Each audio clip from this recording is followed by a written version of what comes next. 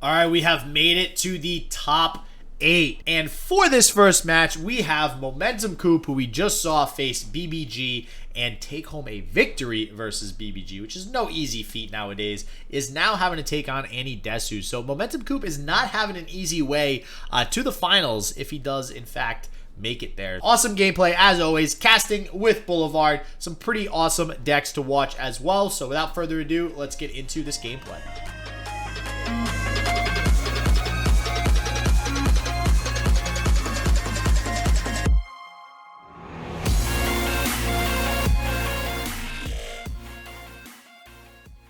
So we're gonna get Pilfer, Ezreal Vi Shadow Isle, and Noxus Elusives versus Noxus Elusives with Zed. AnnieDesu's running championless, MomentumCoop is running the Zed.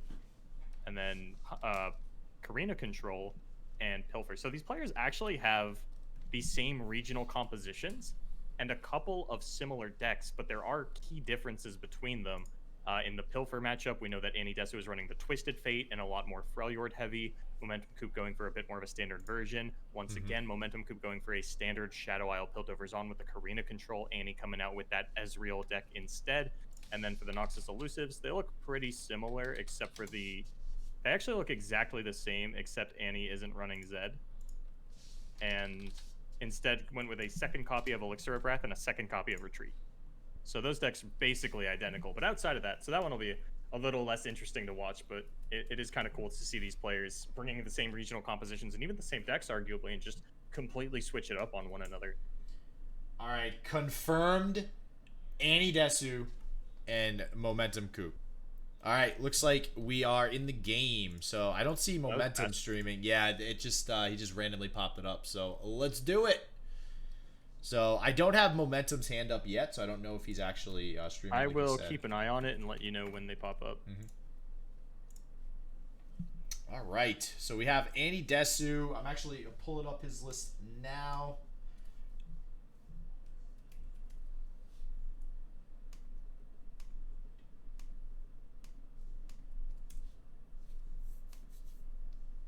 Weird, I can't find MomentumCoop, and I copy pasted from the chat. Let me just click. Yeah, I had to click on the name too. It was kind of weird.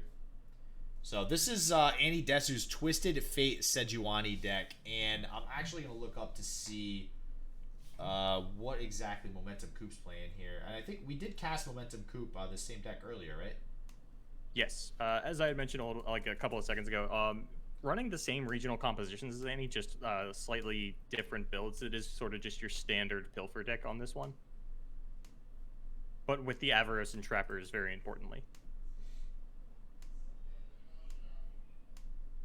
And of course, Annie, we do see the Omen Hawks, a lot more Freljord heavy, only running 2 copies of the Yordle Grifter because the chances of him hitting Allegiance are actually pretty low. There are 16 Freljord cards in his deck as opposed to MomentumCoop, who actually apparently has 15. That seems like a lot as well. Hold on. Yeah, I guess he threw in the Ruthless Raiders and the Trappers. But Annie having a bit of a wider spread of cards, keeping in things like the Starlight Seer, the Wolf Rider, the Tusk Raider. And I do actually like the Tusk Raider a lot. I think that there's a lot of avenues to victory that the Pilfer deck can play for. And personally, my favorite and the most consistent is the Sejuani win condition. So I definitely think that the Tusk Raider is a pretty cool adaptation. It's just a little, and it does make things like the Jagged Butcher and the Omen Hawk feel a little bit better if you draw them later on. Oh yeah, 100%. And the Starlight Spear is still a little bit weird to me, but that's that's whatever. That's what I was just gonna mention. The Starlit Seer does seem a little bit out of place. If you take a look too, he does have 19. Oh, no, sorry, wrong deck. He does have 21 spells. So he is. They both are basically playing the same thing. So I'm like, so he does have 21 spells, so it is more weighted towards the spells. 13 spells. It's 21 followers. The numbers are really weird. Oh, but it's what? Right. Oh, never mind. It's 13 spells. Yeah, okay. It's because the number's right next to the word. Yeah. I got confused by that too. Yeah, so never mind. I'm just straight up confused about the Starlit Seer then. I'm a little curious as to why he decided to put it in the deck. I mean, if he's going all out on the Tusk Raider strategy, that might have something to do with it. But we do see here he's off to a pretty aggressive start in comparison to Coop right now. I actually, looking at the curve on the Decks of Runeterra website is a little bit weird because there are no 3, 5, or 7 drops in AnnieDesu's deck, and it's really weird to see these large gaps in between the high amount of 2 drops, the high amount of 4 drops, a couple of 6 drops, and the 8 drops. But I think it's kind of fine. Because you are playing a bit more of a combo style deck, like your turn 5, your turn 3, things like that are generally going to be comboing off with a black market merchant into a pilfered goods, so you're not too upset to miss out on specifically a 3-drop. And generally, Misfortune is the only 3-drop we see in the deck. Coop, of course, running these Avaros and Trappers, but it's not a turn that you're too upset about missing out on. I do think that's interesting too, and if you notice that where the gaps are, it's like he's playing on evens. So I wonder if it's his thought. I don't know. Maybe it was a deck design choice to have a lot of those drops be on even numbers. Just as far we were talking about the attack token earlier. What turn you have the attack token on. That might have been something that he took into consideration when building this deck. Yeah, and I'm actually a little curious to know if MomentumCoop added the Avaros and Trappers specifically because of the Yoink change to the bottom of the deck. If that was a card that players highly valued in this deck, but of course felt terrible in the mirror because your Yeti is getting stolen, which is a lot more impactful than like an Omen Hawk buffed unit getting stolen. And now that it's been changed to the bottom, maybe players are finally breaking this out. We did see AnnieDesu stole an Avaros and Trapper off the bottom since he is unable to steal the Yeti from the top. I'm not sure if you caught is Coop streaming now or no? No, they were still offline last time I checked. That's unfortunate. Okay, well, we tried.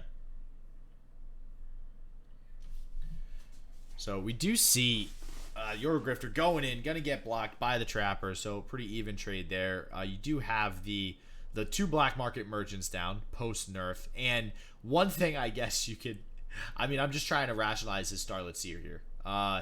Maybe it's to buff the black market merchant from being a 1 health. I don't know. Maybe you're just counting on stealing spells out of your opponent. It definitely feels like an out of place card, and maybe he just really felt like he needed another 2-drop, and that seemed like not necessarily playing it for the ability, just playing it for the stat line, which I would be able to buy, except there are no hired guns in his deck, and I do think that hired gun is a super, super good card in every deck, but especially the Pilfer deck. Now, pretty interesting turn here for... Okay, so he does decide to pass, and Coop actually burns a decent amount of mana there, so that might come back to haunt him a little bit, but he is going into the attack token here with an already pretty strong board, but Desu would have the Sejuani to kind of, not negate, but I just really don't... First word I could think of was negate, but just slow down anything that Coop plays that might be a little bit scary for him right now. Yeah, I think AnnieDesu is sitting in a pretty neutral spot. Like, neither of these players seems heavily advantaged. Obviously, we have information on Annie's hands, so we get to see a little bit more out of that. Now we're probably going to see the Sejuani in response to, kill that out, make sure that he doesn't take a lot of damage from the Overwhelm. Something else is going to attack the Black Market Merchant and kill it. Likely going to be the Misfortune, and then the Yeti going to attack as well as the Sejuani, since there aren't any great blockers on the side of Annie, unless we do see the Sejuani come down. Twisted Fate potentially going to get developed here. Could throw out a gold card, though I don't really love that play. I think blue card might even be a little bit more likely if he does go for that, since he doesn't have any draw spells in conjunction with that, and Annie has sort of built his deck to be a little bit more Twisted Fate focused rather than the Misfortune, which he doesn't run at all. We saw him, actually pick up the win with the level Twisted Fate a little bit earlier, but right now the pieces of the puzzle just not fitting together. Yeah, and I think what he's decided to do here is kind of just go wide. I think he's recognizing that, all right, Twisted Fate, I could play him. Not really going to do much. Sejuani, I could play Sejuani. Yeah, sure, it saves me a little bit of damage possibly, but I'm still going to lose my merchant. Still not a great play. So he still leaves Twisted Fate open by playing that Trapper there. And he also now allows himself to go a little bit wide, maybe play the Ruthless Raider right there, maybe the Jagged Butcher, just have a much wider field than Coop has on the following turn headed into an attack. Yeah, and if Twisted Fate does come down, I'm curious to see if it is going to be the red card or the blue card. Annie does have kind of a weak hand, would like to get a little bit of draw power going, but if he throws out the red card, that's the only way that his Sejuani is going to be able to kill Coop's Sejuani, and maybe he doesn't care about it. Maybe he just wants to leave that there, and he'll clean it up on turn 8 with the Riptide Rex. We do see the red card come out, and I'm pretty sure that means that the Sejuani is coming down on the next turn for AnnieDesu, who's actually getting really close to the Sejuani level, currently at 3 out of 5. Does have the warning shot in hand and will be able to push through a bit of damage next turn as well. Yeah, I think this is a great setup on the part of AnnieDesu. I imagine Coop probably expects this after seeing that red card, but it doesn't really matter. AnnieDesu's also setting himself up for a Riptide Rex on the following turn, so he has 2 very, very strong turns coming up right now. He'll most likely get the Jagged Butcher off on his effect for the Plunder effect. Now, I think he was considering, I think he's considering playing this Jagged Butcher first just to pass priority back over to Coop and kind of see what he has to play first. But it looks like he's valuing that extra +1/+1 a little bit more. He did it on the Misfortune, not the Sejuani. What do you think about that?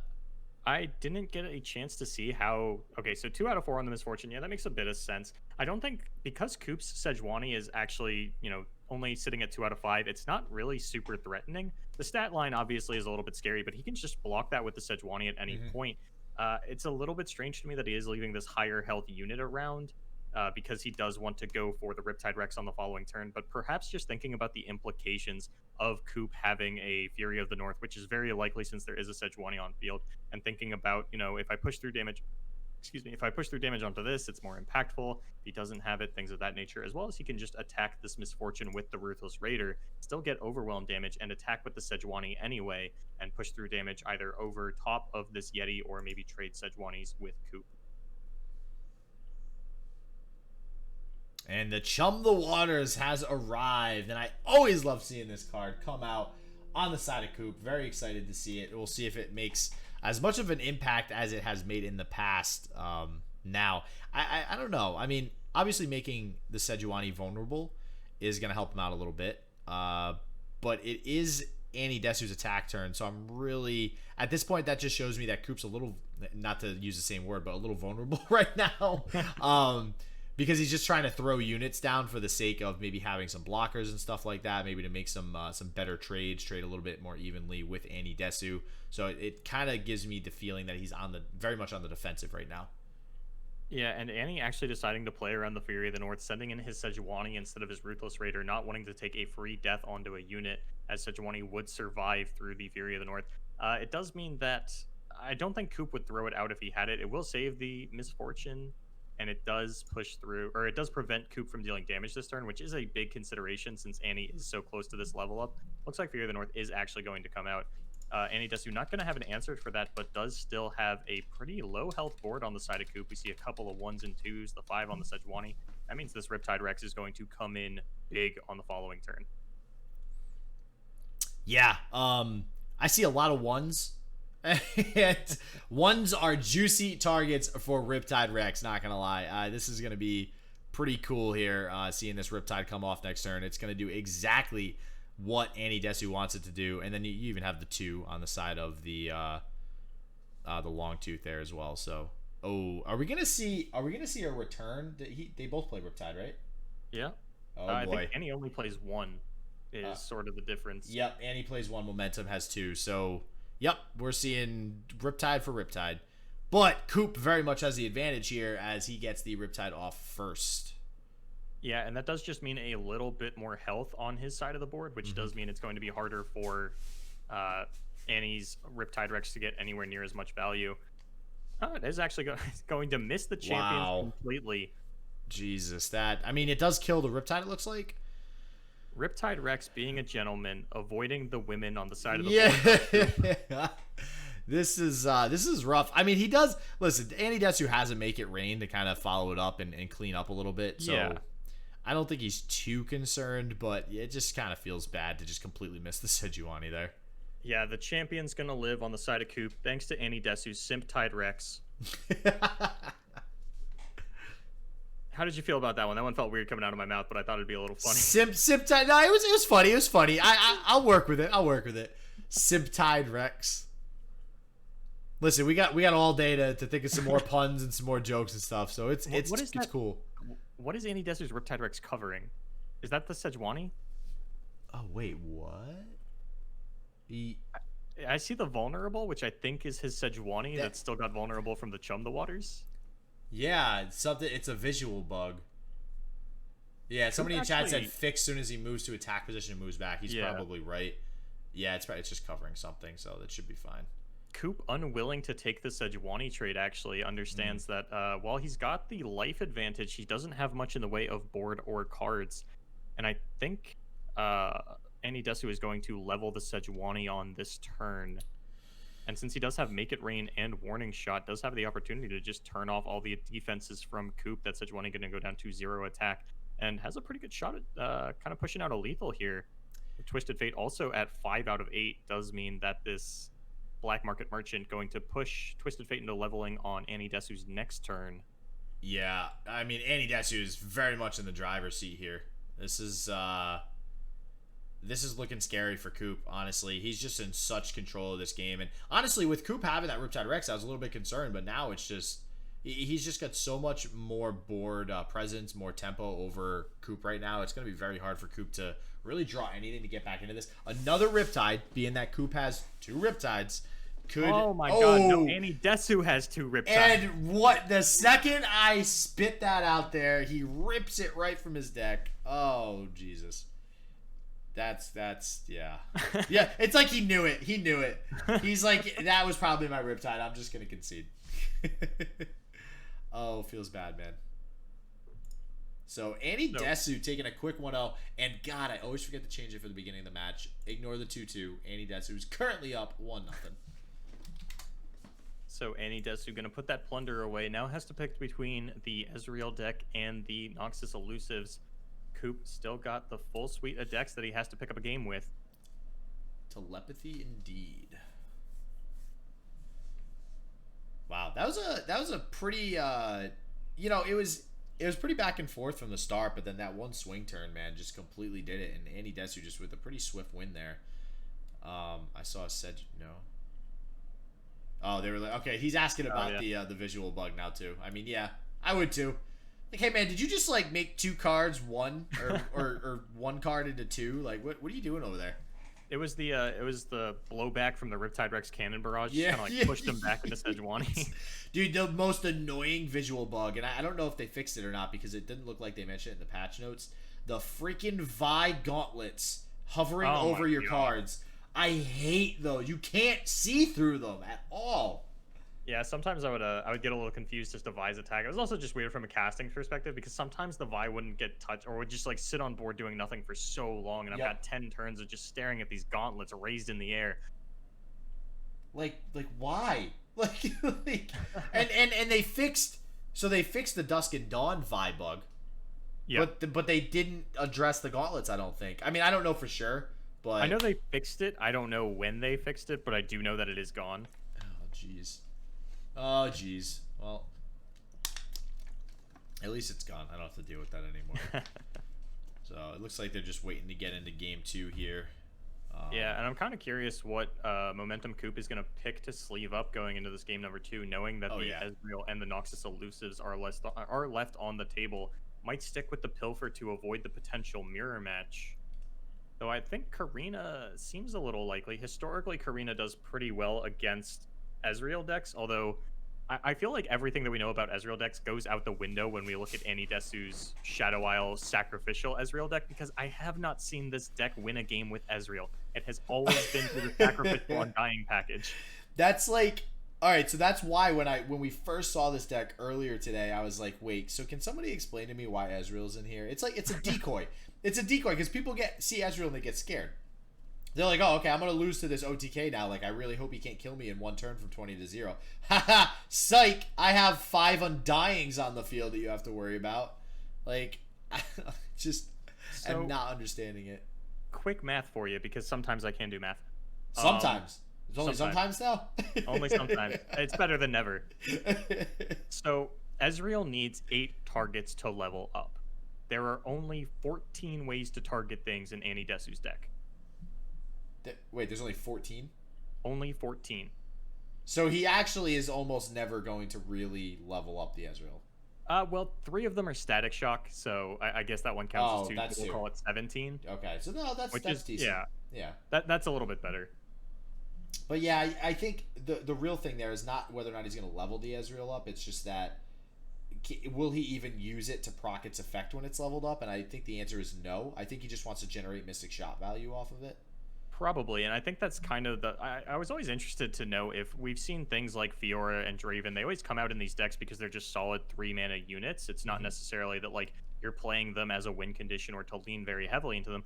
Fiora, most often, we never see her, like, it's very rare that we see a Fiora deck. Usually we just see her splashed into a Demacia deck, at least in the olden days, because she was just a solid 3-slot unit. The olden days. I think that back in beta. Back in my day. Back in the alpha weekend when Shen Fiora was a deck. But yeah, I think Ezreal kind of fits that same niche where it's just a solid 3-mana unit. It's a 1/3 elusive that creates a Mystic Shot when it hits the Nexus, and that's hard to deal with. And when you do see the Ezreal and the potential for an Ezreal win, it does sort of change the way that you have to play the game. All right, we are getting into game 2 now. We have the Crimson Elusives versus the same deck that we just saw, so we'll see who can get the better of this one. And I promise I will not forget any of the sweet, sweet soundboards this time around. Do you have a sound for when Elixir of Wrath comes out? Oh, God. Oh, yeah. No, I should, though. I should have something for, like, a troll card. Do you just have, like, a that's toxic? Yeah, I did. I'm just going to start recording my voice. Then there's no copyright, like, crap that I have to worry about. Jesus. All right. Pretty diesel hand to start off with, oh, my God, on AnnieDesu's side. This is what you want to see from this deck. Yeah, this is... This is the nuts. This defines drawing the nuts. I'm gonna go out on a limb and his percentage chance to win right now is probably like 80. AnnieDesu left the car at home and just started chugging gasoline. Oh, we got the my God. Conspirator onto the Blade Scout to recycle that. I was the one thing I was a little curious about was whether or not he was going to use the Conspirator to recycle the Blade Scout, or if he did want to recycle Demolitionist. Yeah. Because he does have the 2 disciples. Yeah, that's a good point. I mean, honestly, I don't think he's too worried about Coop blocking elusives. So he probably just wants to get the additional unit on the board. It probably makes more sense.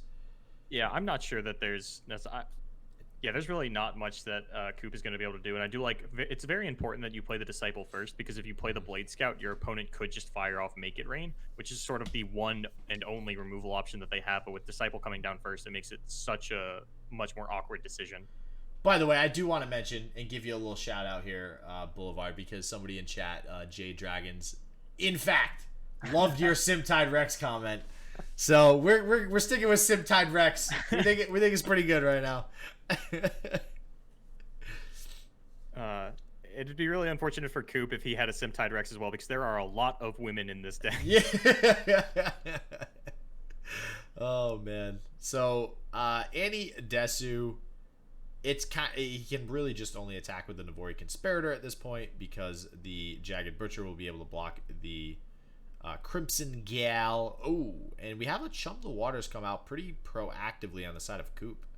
I guess one of the things that I never really thought about is the fact that Chum the Waters can come out as early as turn 3. Yeah. Which is really early to have a 5. So there are 3-mana 5/2s in the game. There's that Ionia sort of modal little emu-looking thing. Emu looking thing? Yeah, you know what I'm talking about. That's either a 2/5 or a 5/2. You get to pick one. Oh Jesus, emu looking thing. Yeah. It's purple. It's it's like a dinosaur, right? Yeah. So that card obviously is really bad. But if you gave that card Overwhelm and gave something vulnerable, I could see, I definitely think it's a very, very strong turn 3 play, especially since Misfortune is typically the only turn 3 that we see in a deck like this.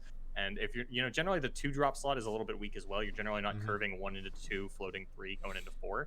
You're usually saving up your turn 2 mana for a following turn's Black Market Merchant, stuff like that. Scaled Snapper, thank you so much. Purple Emu Scaled Snapper. Get over I actually here! really like this Long Tooth coming out on 3 here, the more that I kind of look at it and think about it, and it's going to help Coop kind of fight back for the board. Scaled Snapper. Jesus. Thank God somebody knows the card database, because we sure as hell don't today. I know the important ones. Yeah, we know the ones that matter, okay?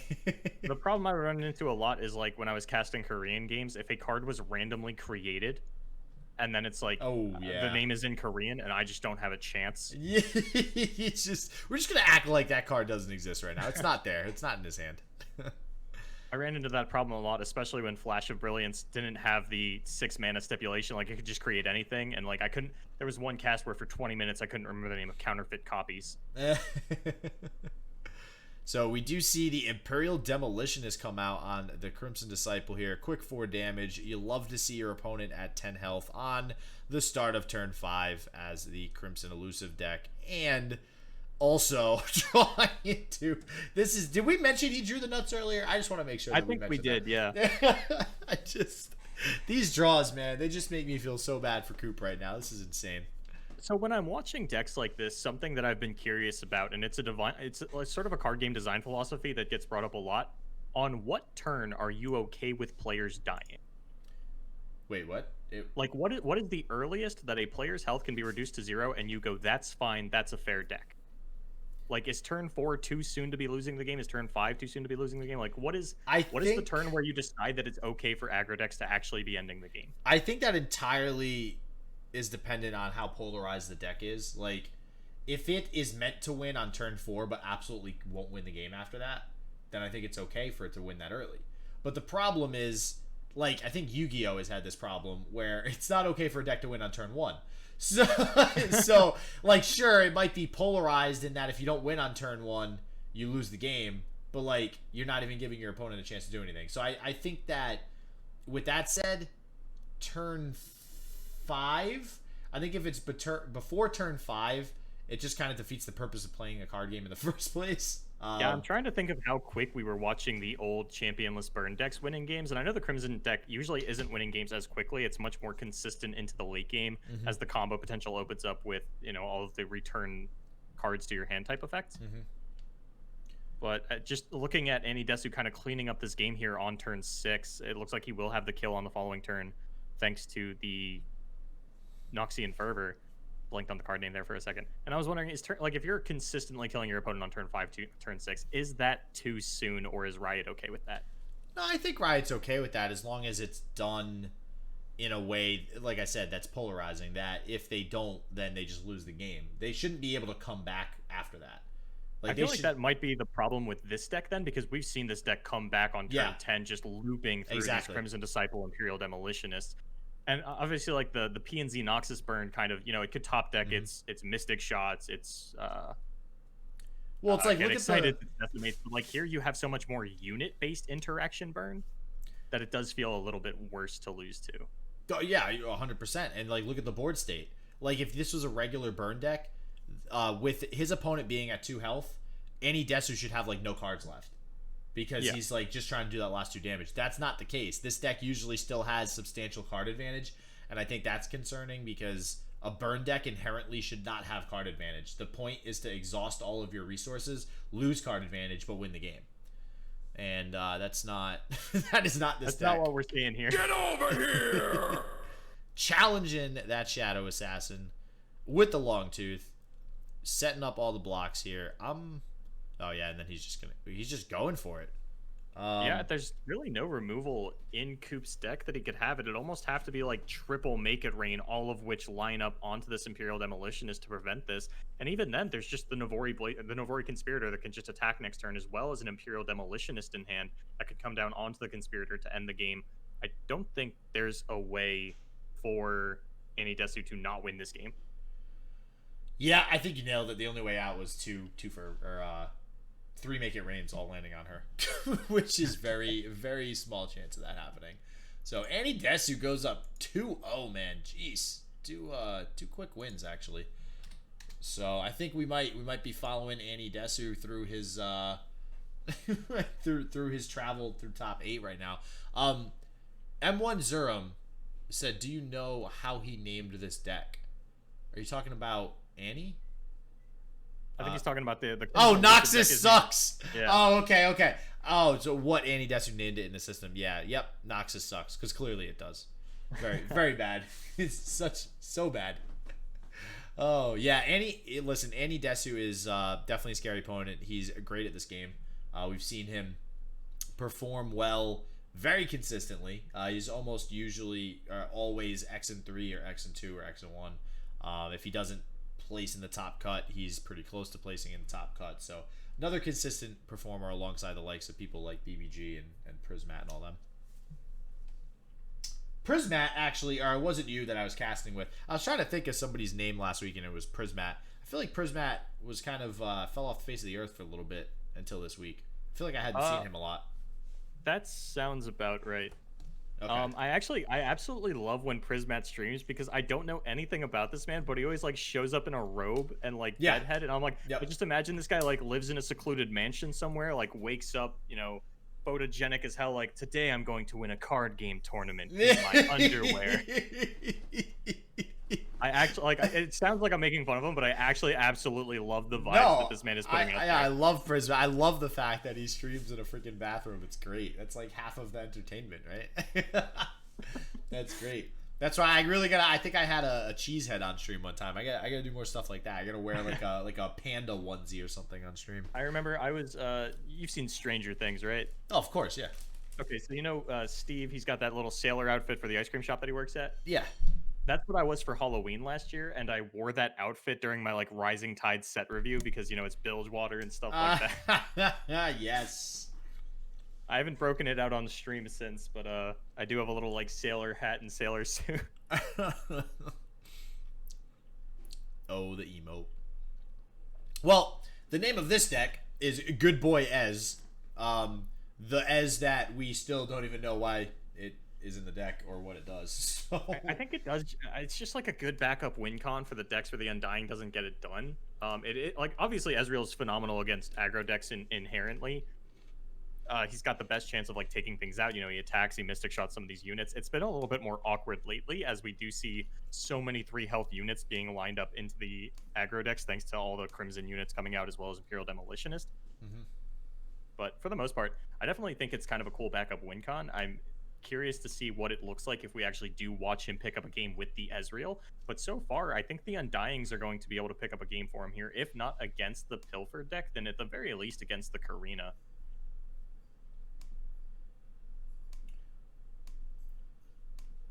I thought I was going crazy here. I was like, why can I not find AnnieDesu's Ezreal deck? But I pulled up the wrong one, so... Sometimes I get confused because I click through the document and then I think I was looking up his opponent's deck list, MomentumCoop's decks, and all of them were made by Fresh Lobster. And I'm like, did I click on Lobster's list? I'm down in the M's. This is alphabetical. Well, some of them, sometimes you just link to somebody else's deck. You're just like, well, I net deck this, so here you go. So yesterday, Hyped entered with Alan ZQ's Heimer Vi from 2 months ago. Yeah. Absolutely no changes made to the deck. Just coming in with a 2-month-old list. Seems like a good idea. Seems like how you win a tournament. I was actually praising Hyped yesterday because he feels like the one sort of I feel like early on in Runeterra, it was like Swim, Mogwai, and Hyped were kind of like the big 3 streamers that I was consistently seeing. Now Bruised by God has kind of made a name for himself and jumped up there as well. Yeah. But Hyped was like the only like initial streamer in my mind that has been like consistently coming to these tournaments and doing well. And I have a lot of respect for him for that. Obviously, like Swim and Mogwai have other stuff going on. It's a little bit more profitable for them to not play in these tournaments. I get it. I understand. But I do like that Hyped is still coming out to the grassroots scenes constantly and performing well in these tournaments. Yeah, it is. That's a good point. It is a little unfortunate that we don't see Swim and Mogwai in these. I think Swim was in some of the first ones. Yeah, he was doing it for a while, but I think, I don't know if you follow the Smash scene at all, but I know that Zero, widely considered to be one of the best Smash 4 players of all time, when Ultimate tournaments started up, he said that he actually couldn't go to them because it was more profitable for him to stream on the weekends than, like, play in these tournaments and win. Yeah, well, especially if you're not guaranteed to win. Like, if you don't win, then you don't win the grand prize. And you're losing even more money at that point. So yeah, and for Swim, I know that his viewership does like to watch the ladder and sort of the kooky stuff that he does up there. His tournament play is analytical, but not necessarily the most fun to watch. So I definitely understand him, kind of backing out of these and doing what he needs to do. Oh, fake TV in chat coming on hard on Heimer Vi. He's in agreement, I think. Yep. So we see AnnieDesu here. So starting out with, he's got kind of a dead hand, not going to lie. The Ethereal Remitter isn't really going to do much for him right now. He's really just got to play towards his turn 5 Vi. This feels really good. A turn 3 Thermo Beam on a Misfortune. Probably some of the best value you're going to get early game from this. Yeah, and we do see the 2 Static Shocks, so maybe this is the game where we see the Ezreal when we haven't seen any of the sacrificial early game package line up for AnnieDesu yet. Ooh, okay, this is actually going to feel like a phenomenal floated turn for AnnieDesu. Yep. Oh, yeah. Going into a turn 5 progress day on his opponent's turn. His opponent also does not even have a board developed yet, which is kind of crazy at this point on turn 4 for Coop. with the deck that he's playing, he should already have something out there. So even if AnnieDesu floats this turn, goes into a progress day on his opponent's attack turn, he's probably not even going to be taking that much damage. I'm actually going into Mobilitics right now because I'm looking up what 7-drops can pop out if AnnieDesu plays this Vi. It goes down to 1 health, and then he decides he has to Ethereal Remitter it. Oh, God. Oh, that's There's some good ones. Yeah, There's I some can good. imagine. They Who Endure is a 7-drop now. Ooh, that's bad. Oh, that's bad. And it won't get the buff, right? If it's summoned through that? Oh, it will, because it's on summon, not on play. Oh, it is summon. Okay, all right, cool. Yeah. Not that AnnieDesu has had pretty much any. I think it would be like a 2/2 Endure. What is up, Broken Ball and Asteriga and Skullbone?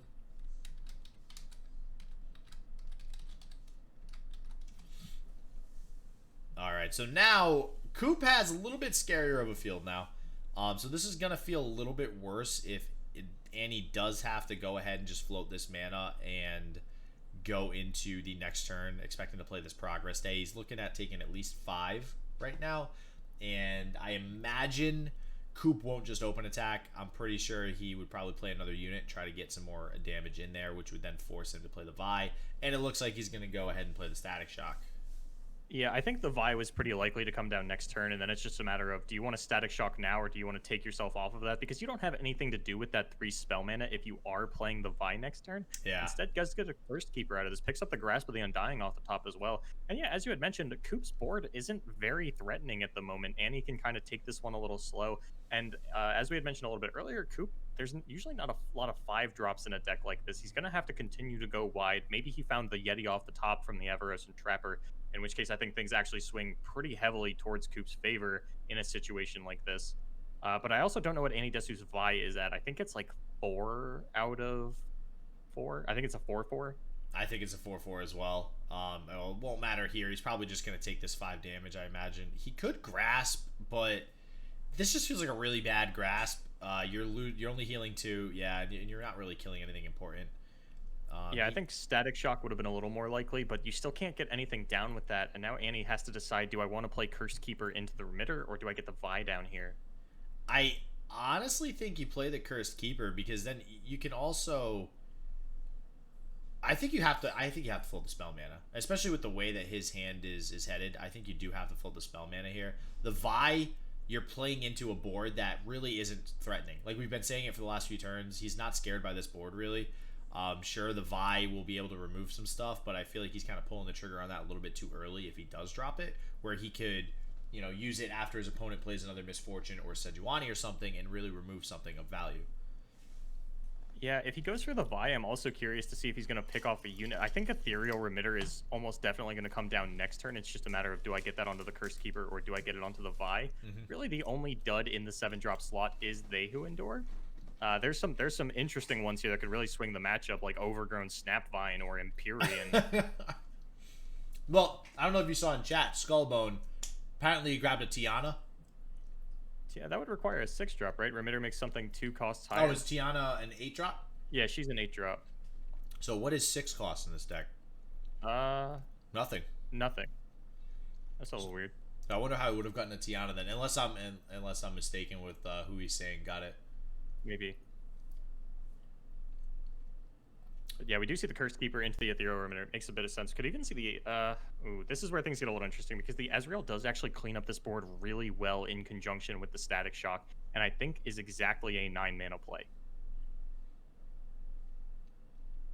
Wow. Yeah, that is... that's definitely a strong play if he is able to get the Static Shock off. We can see how this nerf to the black market merchant, although everybody wanted a little bit more. But yeah, there it is. So this feels like a really good trade on his part. I actually really like opening with the Static Shock. It entices, it passes the priority over to Coop. There was no real reason to get the Ezreal down first, and we'll actually go at 6 out of 8 if this all resolves. And then if your opponent does play something like a Sejuani, then you can even go ahead and throw down the Vi here. But a Stolen Glimpse Beyond, gonna sort of shut that one down a little bit. Yeah, it feels a little bit bad to have that specific card stolen, especially in that instance. He does get the other Static Shock, and listen, he hasn't drawn any of the Undying. Maybe this is like that 10-headed deck decision that now is coming to fruition with this Ezreal, where, all right, he's drawing all of his static shocks. He has the Ezreal with a progress day. Things are about to go down and get a little bit dirty right now. So Mizurami is saying that it was a possession onto Devourer of the Depths that was then ethereal remitted into the Tiana. Yes, yeah, that's what I just saw that in chat. You want to talk about something that is not very likely. That's it right there. Imagine trying to cast and it's like, oh, well, you know, there's always the possibility that a possessions and ethereal remitters into a Tiana crown card. It's like, what are you talking about, dude? Like, that's never going to happen. And it happens. It's the probability, it's like it's 0.0057%. Instead, he actually low rolls the 4-drop and gets that Laurent Blade Keeper. Ooh, yeah. That feels really bad. Probably one of the worst results you can get. Right now, I'm really getting those Hearthstone vibes and feels in my gut from seeing that pull. Actually, looking up 4-drop units right now, I'm a little curious just to see. Oh, what he could have got with 4 drops? Yeah. There's a couple of good ones. Could have gotten, like, Ancient Crocolith, Grizzled Ranger. Like, there are some good ones. And this is probably about as low as he could have possibly rolled. It's like the one bad card that he could have gotten. I mean, Shady Character wouldn't have been good either, but for the most part, yeah, this is about as bad as a 4-drop gets. Wow. Feels bad, man. Even Crowd Favorite has Overwhelm. Yeah. So he's going to go ahead and line up these blocks here. You know, not feeling the greatest. I mean, he is able to trade a couple of these with the Ruthless Raider, with the Aversion Trapper, kill the other Trapper. But Coop is still going to be able to save this Yeti here for a future turn. It stinks because this progress day, you know, we were talking about this back on turn 5. You know, he's still just been kind of chilling on it. And the Vi also has not been able to get onto this field at a good point. So, yeah, not going to be able to come out this turn either. Coop would love to fire off a Fury of the North here and be able to push through damage with this Trapper. It looks like AnnieDesu is just trying his hardest not to take any damage this turn, even lining up the Escaped Abomination onto the Ruthless Raider instead of the Yeti to be able to finish that off with a Thermogenic Beam. Yep. Yeah, and that's rough. That's a lot of damage to be taken wait, right hold now. on. No, I have no idea why AnnieDesu lined up the block the way that he did with the Blade Keeper onto the Yeti as opposed to the Ruthless Raider, because both the Ruthless Raider and the Abomination are going to die. Actually, that's a good point. So I don't know why he didn't push more damage onto the Yeti. Yeah, no, that makes 100% sense. I mean, maybe, no, because is there anything that can say? Is he playing like Elixir of Iron? No, he's not. So no, it's Fury of the Norths, but yeah, and they have the same toughness, so it doesn't really matter, and you'd be out of range of killing it anyway. Wow, I'm a little bit confused as to why he might have done that way too. So, and it's actually super impactful because it means that he can't finish off this Yeti with the 2-mana Thermogenic Beam.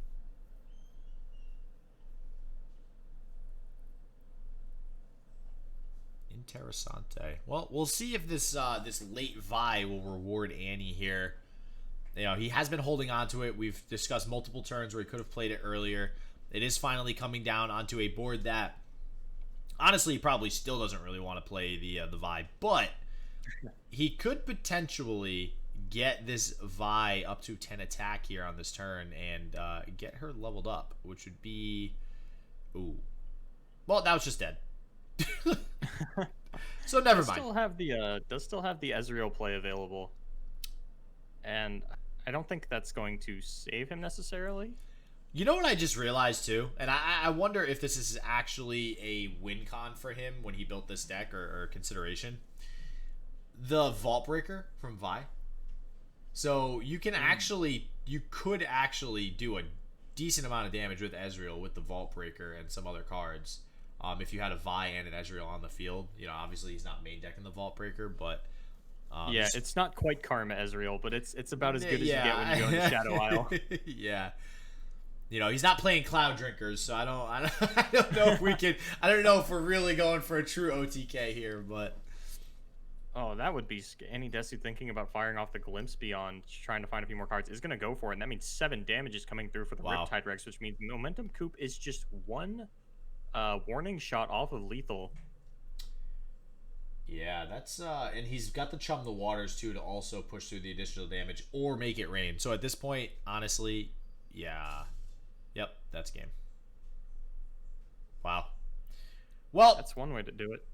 yeah, that's gonna bring him down to 2-1 versus Coop. So AnnieDesu currently 2 wins, 1 loss to MomentumCoop. We'll see if game 3 will turn it around here.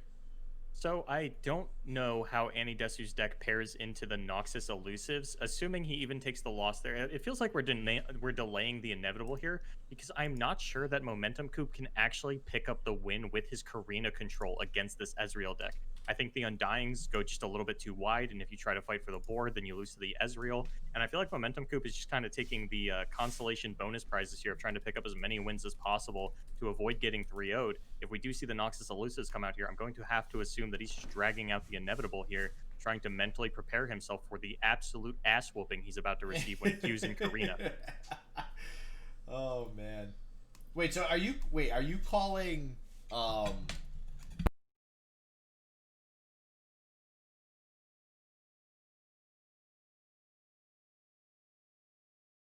Did I lose you?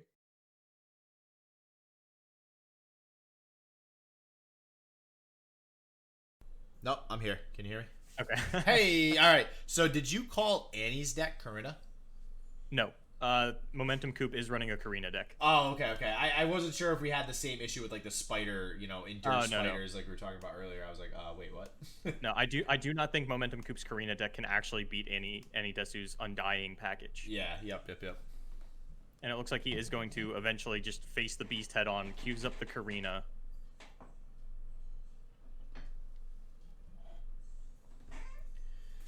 Wow, so Karina versus probably what's just like a better version of Karina, which is basically not playing Karina. So when we saw the Vi added, and we consistently saw these Karinas not firing off on all cylinders, usually only averaging about 3 damage on their abilities, I was wondering if players were going to move towards a Shadow Isle PZ control deck where you just don't run Karina at all. And it sort of feels like that's what AnnieDesu has crafted here. The sacrificial package is definitely not what I thought was going to come out of a deck like this and what it looks like. But oh yeah, AnnieDesu, I think this is his 3rd top 8 with this deck in a, sort of a grassroots premier event.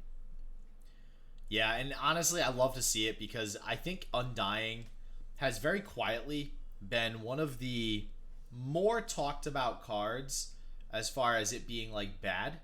Like I feel like a lot of people were very quick to write it off as, what? No, this card can't block. Like it's terrible. And then when it first came out though, everybody was like, oh my god, this card's so broken. You can just revive it over and over again and it gets bigger and bigger. Like it's so cool. And there was always that back and forth and it never really got played. But now, I mean, we're seeing it do work. And when he does draw it early, which he did here, obviously, when you draw Undying, that early, you're going to get that much more use out of its effect and damage. I just fully expect this game to go in his favor, just seeing this right now. Yeah, I feel like generally things get a little bit weird. It takes a while for control decks to come into the meta because they're much more focused on what everybody else is doing, and they need to know what the meta looks like before they can effectively be a control deck. And then Undying is sort of an anti-control card, so first you have to wait for the control decks to figure out what they're doing.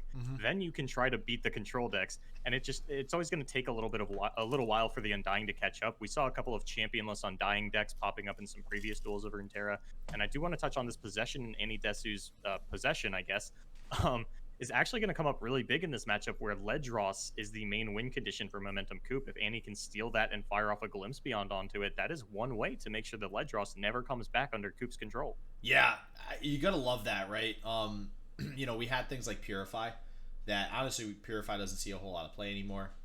Possession just seems like another good option to not just Purify, but also more of like a Vengeance as well, where you can actually just kill the unit. When you pair it with something like Glimpse from the Beyond or Ethereal Remitter, God, a possession with an Ethereal Remitter must just feel so damn good as a player. Like, I just, hearing the story that we just heard in chat, like, about him getting a Tiana off of a stolen sea monster, like, God, that's just gonna feel so freaking good. Yeah, and it's what is that? A turn 7 play for Ethereal Remitter and Possession? Yes, basically, yep.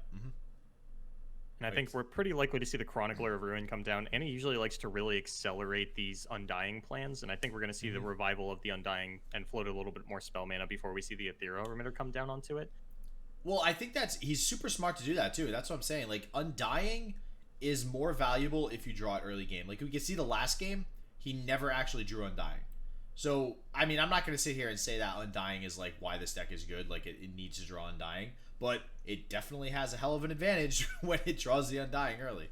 It definitely shores up that like mediocre control matchup that Ezreal tends to have, because control decks don't really throw out things for you to throw the targets down onto. You know, if you have these Undyings and this thing that control has to answer but physically cannot answer, it really just kind of plays both sides of the field. And if you draw the right half of your deck in the right matchup, you're going to come out on top more often than not. All right, so I'm just crossing my fingers, hoping I can see some more Undyings duplicated here. This is what I live for. This and Anivia. This seeing like 5 Undyings or 5 Anivia on the field feels equally as good. Looks like Annie is hovering that Vi. Knows that this Elise is a little bit of a problem. He has the Ezreal in hand, but doesn't have anything to really facilitate the Ezreal. There aren't. I think last game we saw him draw all 3 Static Shocks alongside the Ezreal, and he still wasn't able to pick up the Ezreal victory. So I'm just gonna kind of ignore that half of the deck for now and call this an anti-control Undying deck. Ezreal's just a 1/3 elusive, right? Isn't that what he does? Basically, yeah. All right, so like Coop. So the thing about this, Coop's kind of going for like an aggressive strategy here, trying to control everything that isn't the Undyings. You know, sort of take out the units where he can. But the Karina decks have really taken their spider package off the table. It used to be they could aggro you out if they opened like Elise into Skitterer, into Brood Awakening, and they actually had a really good shot of closing things out before they got to turn 9. But the decks have shifted so heavily since then. They are all in on the turn 9 package now. This Elise really no longer has the capability to take over a game. Yeah, no, Elise, man, it's funny. They haven't really changed Elise much at all. Like, I don't even think they changed her in beta, did they? I think she's been the same. I believe she's been the same. Yeah, and but her use fluctuates very much. Like, she is very good in some metas and just not so impactful at all in others. And it's just interesting to see a card that hasn't been touched technically change that much from meta to meta. Yeah, it's really the cards around her consistently getting nerfed or changed, or even the meta, as you mentioned. I know that towards the end of patch 1.2, Elise Callista was really the endorsed standard. And I was one of the players that was much more on the Sejuani Callista package. I feel like Elise is that card that I always look to cut first. Like, I just do not want to be playing this card in my deck. Yeah, I'm not sold on Elise. And the people, God, don't be one of those people that plays Thresh with Elise in your deck. Just don't. I don't like those people. You don't like the 3 Elise, 2 Thresh, 1 Tryndamere Indoor Spiders? Like, I don't freaking get that. Oh my God, man.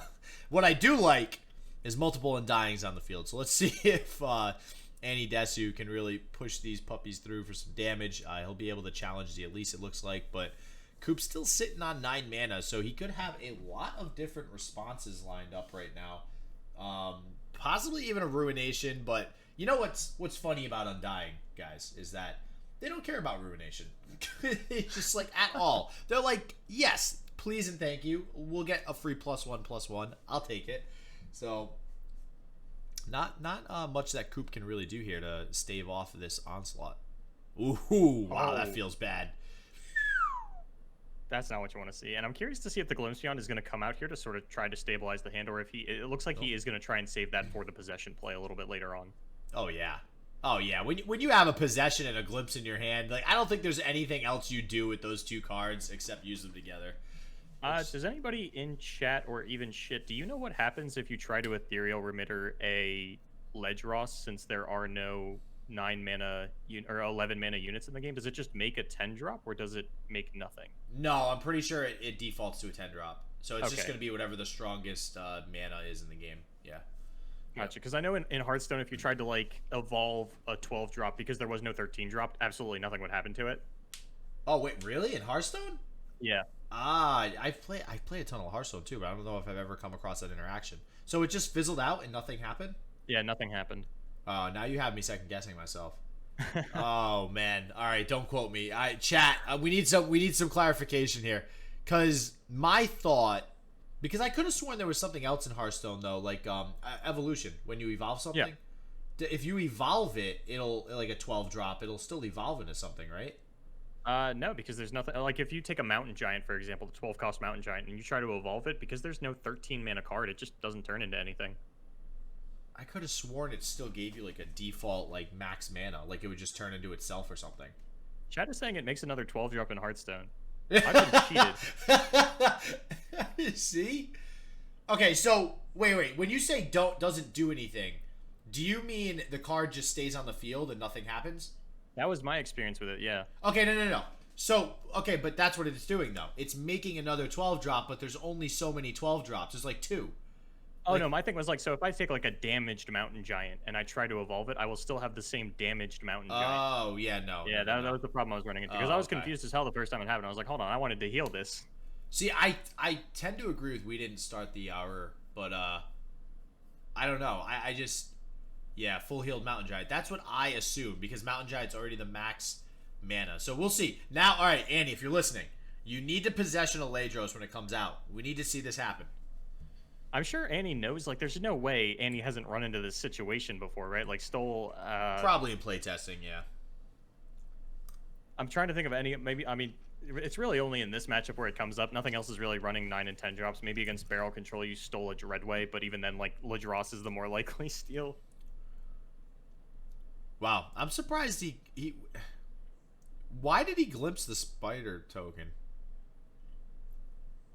I mean, he still has one for possession, but like, I guess he just doesn't want Coop to get a wider board and get a little more aggressive. He is just sitting on these Undyings, and it looks like he's a little unwilling to throw off the Ethereal Remitter onto them.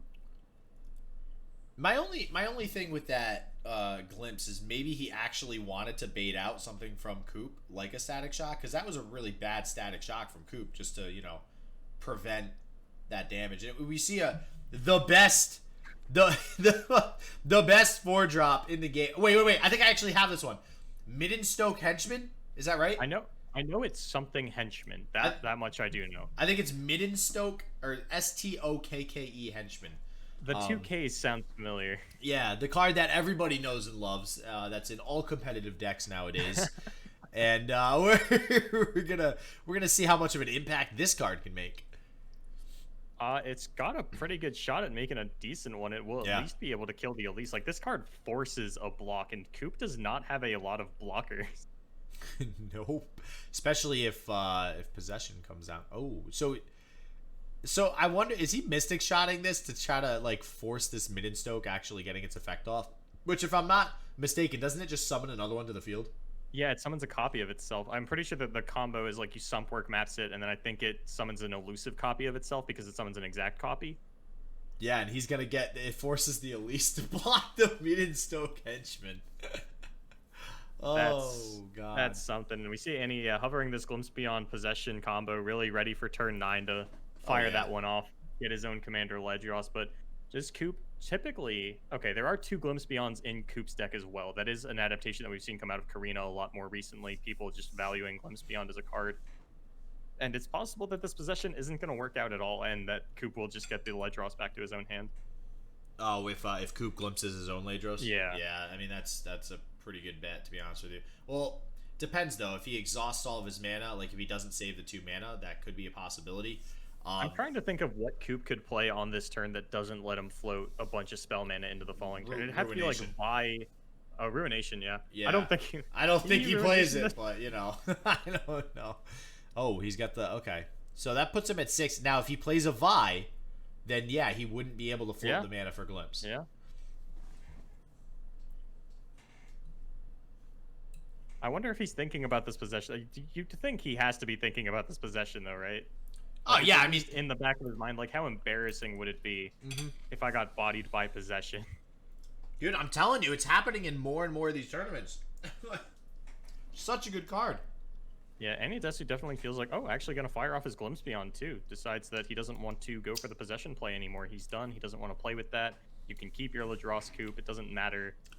But do you see what I mean? Like, again with that, I don't understand why he's playing the Glimpse when he's playing it, because... his opponent still had 6 mana, so Coop could have also negated that Glimpse. Like, that's 2 Glimpses in a row that he just kind of played willy-nilly. I think he's... I mean, they were in response to a spell. It doesn't feel super willy-nilly, and if you do get a response out of your opponent, you know, that's just another card out of their hand, and you do have the board and life advantage currently. I don't think you're necessarily mad at making those trades, getting 2 removal spells out of your opponent, especially because you did get the Get Excited. Your opponent is already inherently at a -1 in this trade. Well, we'll see if it comes back to hurt him or not. I mean, he did get the 2 draw. He does not any longer, though, have the possession combo, which is interesting. So he did decide to toss that, like you mentioned. And oh my god. So now he must be digging for something else to combo with the possession? Like, I mean, with 2 possessions, you kind of have to, right? It is a little weird to me that with the Ezreal... I mean, the Ezreal's only at 3 out of 8. There's no way that we're leveling that up this turn. And Progress Day is about as good as a draw as AnnieDesu could have hoped for. Yup. There is the Vi that you mentioned. You know, I really wish he saved that glimpse now, because now he will be able to get this possession off. Like, Ledros is probably coming down. Oh! All right, yes! We like this draw. We very much like this draw. Let's get it. All right, play the Ledros, Coop. Play it. Do it. Yeah, there's the Pog Champ. There's the Pog Champ in his chat, floating all across the stream. Oh, man. Come on. Come on. There it is. There it is. Man. Here comes the possession. Here we literally have... I love the emojis floating across the street, too, because all of us watching Annie have been waiting for this moment the entire game. Literally since turn 1. Play the one all the way from the left of his hand, so you have to keep guessing about what this card that was in my opening hand is. Oh my god. Alright, play the glimpse. I really wish he had Ethereal Remitter in hand now, though. That would be... I wanted to see go off as well, so that's kind of disappointing, not gonna lie, but you know. Yeah. I think Annie just wins with his own Ledros on the following turn, too. Yeah, I think, yeah, that's game. I take your card and you do not get it back ever. I mean, realistically, Annie can, if he really wants to, he can, glimpse this Ledros, play the Ezreal after the fact. Ezreal represents 3 damage with the Mystic Shot, and he will have 2 spell mana floating into the next, or at least he'll have 2 mana left over floating into the next turn, thanks to the, hell of 11 mana. So I guess the best way to put it. And that does mean Ledros Mystic Shot can come out if he really wants them to. And Coop doesn't have a lot left in the tank. That does open him up to a potential Ruination play, which, while it does save Coop the turn, with how low AnnieDesu is, that could actually turn the game back in Coop's favor. So it is a little bit risky if that's a play that he wants to go for. Yeah, I mean, we are forgetting this Vi could actually level up. So that is something to keep an eye on, but I don't see that. I don't see Annie actually losing this game anymore. It's just not going to happen.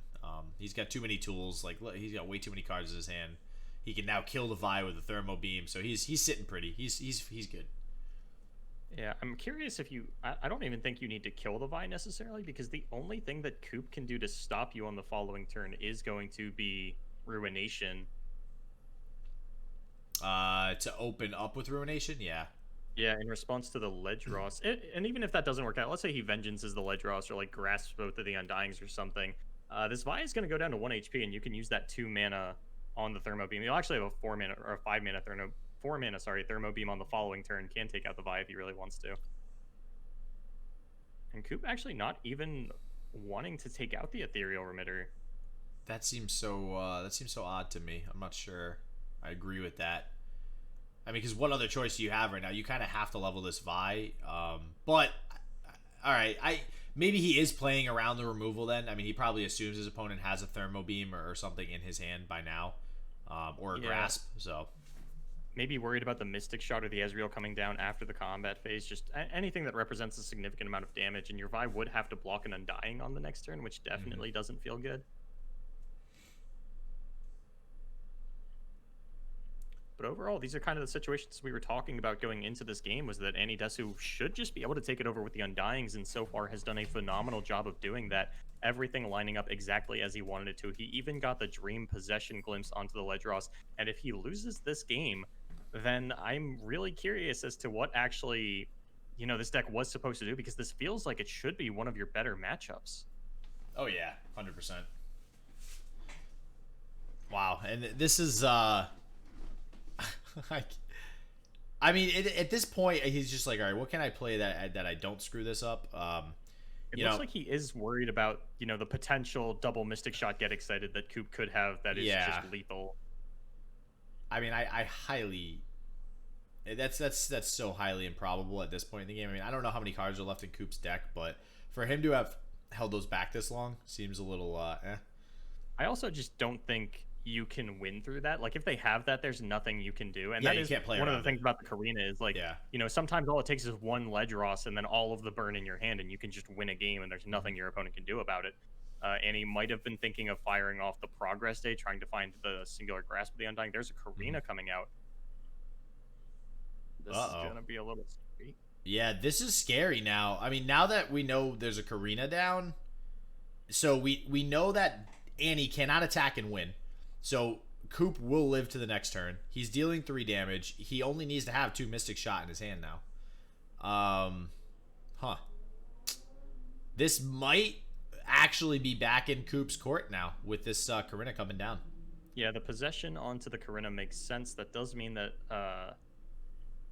this is still a little awkward because Annie's going to have to give that Karina back at the end of the turn. Oh, but there is actually a Glimpse Beyond onto it, and I feel like... Ooh.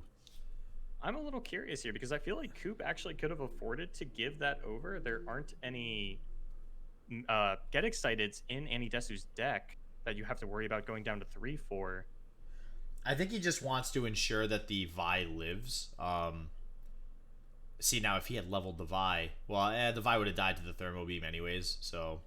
I don't think the Vi was necessarily... I think AnnieDesu was going to have to challenge the Vi with his own Vi, or at least, you know, Coop has the option to block the Vi with the Vi, and actually going to fire off a Thermo Beam onto his own...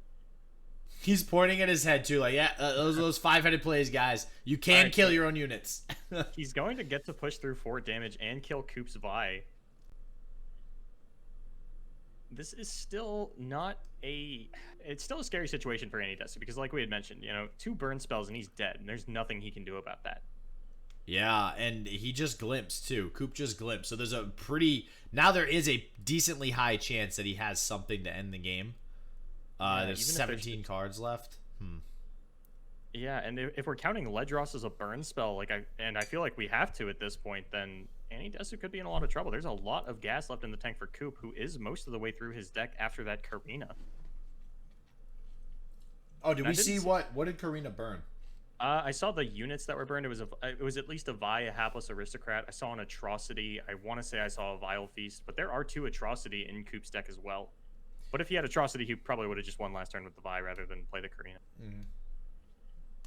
Well, and yeah, and I think that's probably why that transaction happened the way that it did last turn with the Karina. I mean, I don't know. At this point, Annie cannot have anything stick on Coop's board because he's got to assume he might have Atrocity, especially by now after playing the Glimpse. With how long Coop is taking, can Coop just straight out play the 2 Mystic Shots and just win? Does he have to worry about any response from Annie? He's got to worry about things like Vile Feast and Grasp of the Undying. Well, there's one. And I think both of those can target your own. Yeah, they can target your own unit, so. Yeah. This is a terrifying situation for AnnieDesu when you are in range of 2 burn spells and your opponent just opens with a Mystic Shot and nothing else. You're like, okay, so that happened. So now what? And you can't play the Progress Day because you have to represent that you possibly have the Grasp or or something. I mean, you could still represent you have a Vile Feast, but I don't know, man. I think AnnieDesu has realized that at this point, Coop is not afraid of it. He understands that, you know, Annie either has it or he doesn't. He's going to play out the Mystic Shot regardless. And Annie was just hoping to find a Vile Feast to protect him from at least the second Mystic Shot, but doesn't find it. Oh, man, that is so bad. That stinks. So we are going to a game 5 now. AnnieDesu versus MomentumCoop. Coop lines it up so that the Elise and the Hapless Aristocrats stonewall out a lot of that early aggression. AnnieDesu didn't find the burn and really doesn't have the burn available to sort of finish out the game there. Coop able to drop that Ledros, followed by a Karina, followed by a couple of Mystic Shots, and sometimes that's really all it takes. It's that bing, bang, boom combo that we see out of these Ledros decks where, you know, you're only playing at 10 life, and with the P&Z in my deck, I got a lot of gas in the tank to burn you out. And once again, we just see this Ezreal be completely useless in Annie's hand, but sitting there for a vast majority of the game. Never came down, never caught any value, never came close to evolving.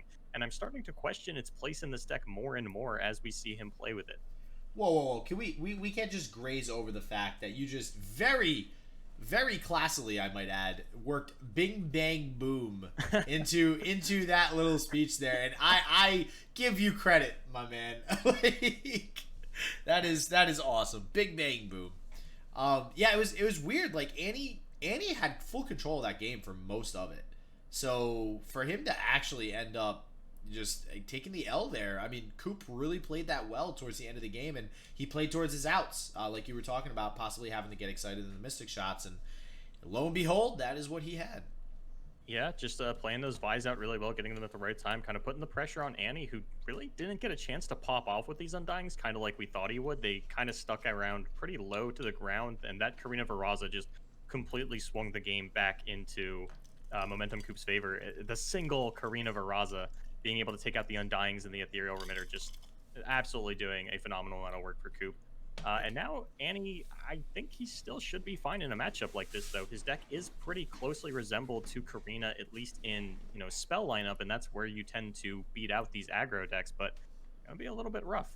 Yeah, he's just going to be far more aggressive than Coop. He's going to be more aggressive than Coop and have more options than Coop to get rid of Coop's aggressiveness. So I think he just kind of wins out on all fronts here. He's already got the Vile Feast to deal with this Green Glade duo. Not to mention, just a casual Vi chilling in his hand for a turn 5 to probably deal with this Zed now. Zed kind of feels bad, but... Oh, we are seeing this Cursed Keeper nerf play up huge for MomentumCoop. Zed can attack into it freely now. Yeah, that's a pretty big deal. And we've actually... So this is what, now the second time today that we've seen that 1 health be a pretty huge deal here. Yeah, it's definitely probably one of the most impactful. I mean, so we see it all the time where a card going from 3 health to 4 health will buff it into viability. We saw it with Kato the Arm. We saw it with a couple of other cards that I can't think of off the top of my head. So going from 4 to 3, we're really seeing the amount of punishes that it was Yasuo, that's the one. Mm-hmm. So with a card going from 4 to 3, we are really seeing the absolute punishing sort of capabilities of only having 3 HP in a game like Legends of Runeterra. Yeah, and with Coop's block there, though, you can see he is actually scared about Annie being more aggressive than him. He actually is just forfeiting his Zed there to go ahead and block the Escaped Abomination and just try to stay in this, being at 10 health on turn 4. And usually it's the other way around when I'm explaining that. Usually it's the opponent of the Crimson Elusive deck that is at 10 health, and not so much right here. Yeah, and I think Ezreal might actually come up big in this matchup just as an elusive blocker. Ooh, that might just be like the most value we ever see AnnieDesu get with an Ezreal. That's the 5-headed decision that we were missing. It's just an elusive blocker that might get you a Mystic shot. That's what it is. We're over here playing Legends of Runeterra. AnnieDesu playing 5D chess. Oh man, yeah, he's just way next level. Oh man, if he gets, you can get some value off of blocking a Green Glade duo, assuming your opponent didn't summon anything that turn. Oh. All right, that kind of feels bad that he has to play that. He does have the Ethereal Remitter to, maybe evolve one of those units, quote unquote. How are these emotes lining up so perfectly with the timing of what AnnieDesu plays? Is he like typing out the emotes and then making the play and then immediately hitting the emote? No, I think that's just his chat. It's got to be his chat, they're right? Fast as hell. They're on point. Not gonna lie. All right, so I think. Do you play the Vi here, or are you waiting until next turn to really go in with it? Maybe play the Ethereal Remitter here? I think if you get the opportunity, you definitely want to throw the Vi down, as it is sort of your best blocker onto the Zed. There's a chance that your Ethereal Remitter is going to whiff and not give you a good Zed blocker. I think you do have to just throw this down. And if there's a transfusion, there's a transfusion. Your opponent loses their Blade Scout. But I think that is the play that you have to go for. But I wouldn't be...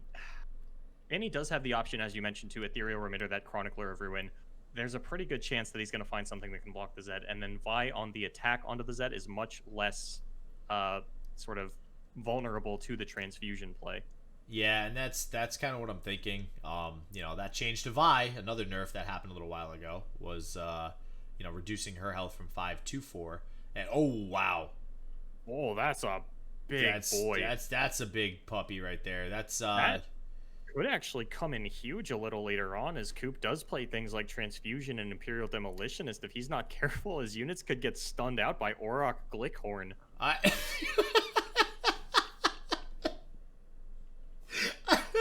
don't know why it was so funny just hearing you say that card name. I don't know why.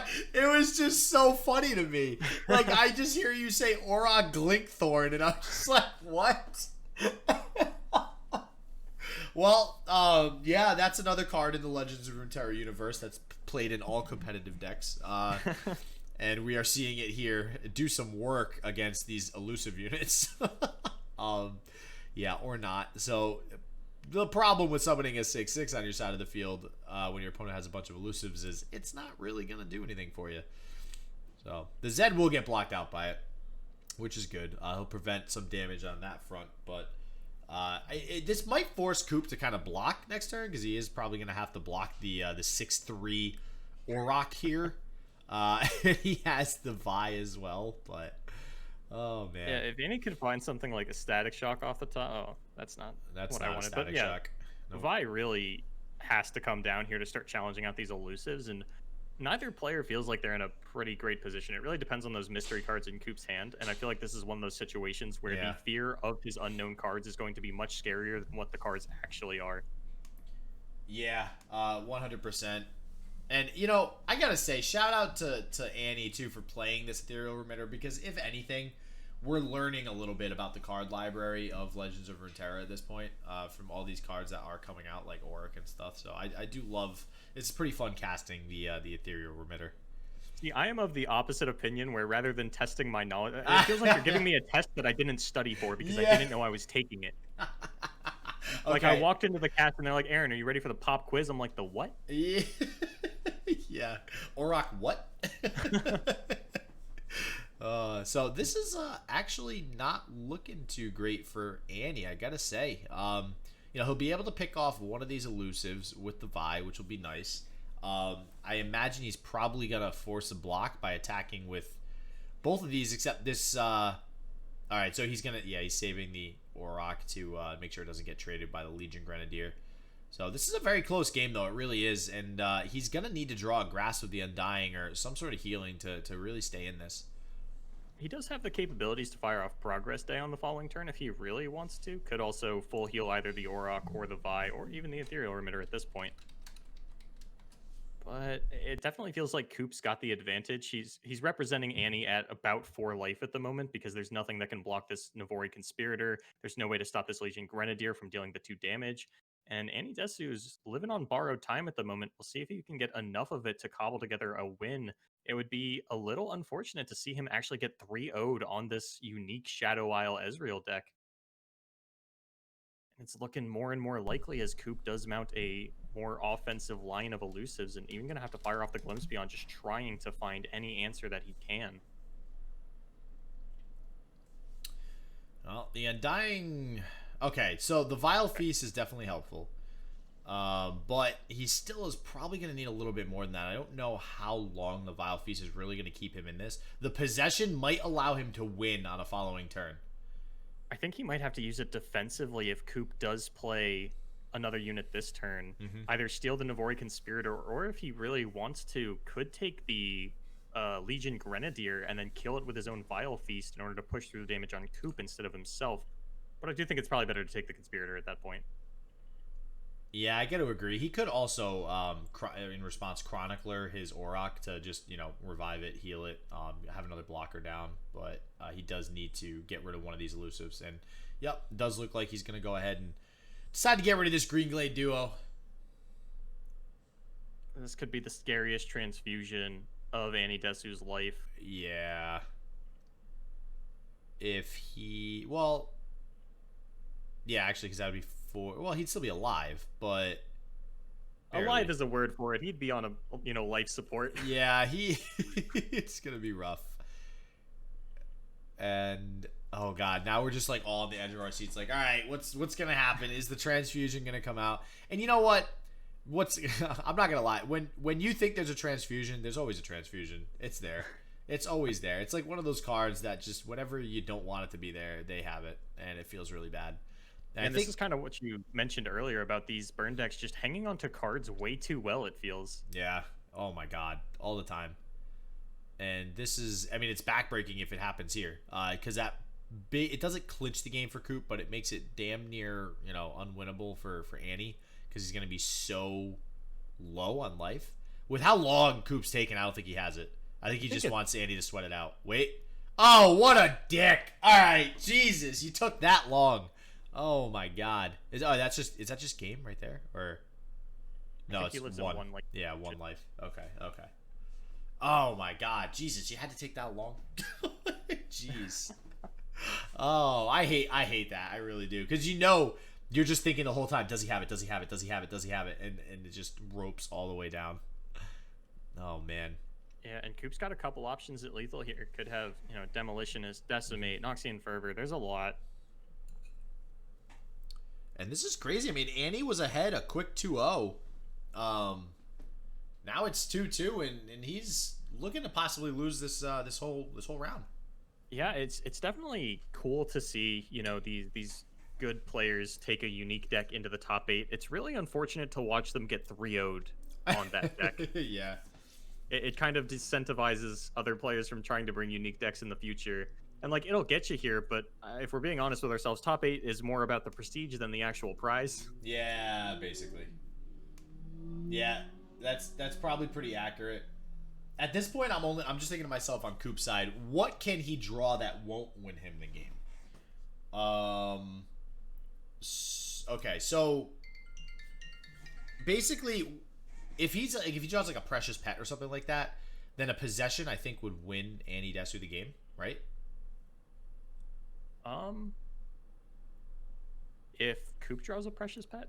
No, yeah, or just like if he just draws something that he can't really use. I'm just trying to think of the attacks. If he like Possessions the Solitary Monk, I think that just wins him the game. I don't think so. No, because Coop has another elusive blocker. He'll get to play the Green Glade duo, just block the Monk. One of them gets challenged by the Vi, and he actually only pushes through 3 damage. Okay, yeah, never mind. Oh, yeah, he's still got that in his hand as well. So, so what do you do in this situation? It's so awkward. I mean, you almost, I don't know if I like this then, because I feel like you have to play Progress Day to dig for any type of heal whatsoever.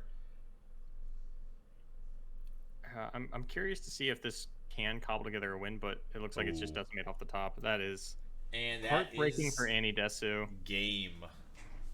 Oh boy. Wow. So we're gonna give the victory. I think we lost you there for a second.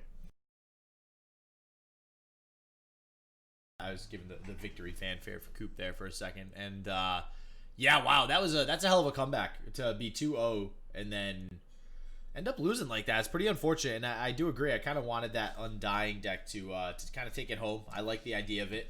Now I guess I'm rooting for BBG with his Olivia deck. So with that said, let's get back over to us real quick. So, all right, an update on the top 8. So it's going to be MomentumCoop versus Random 7HS and Davidic versus Bruised by God, who they've already been in their game for a little while now. I gotta go ahead and reach out to MomentumCoop as well as Random to see who is going to be streaming the game. So I'm just gonna go to a quick break, try to figure that out, and we'll be right back with that match.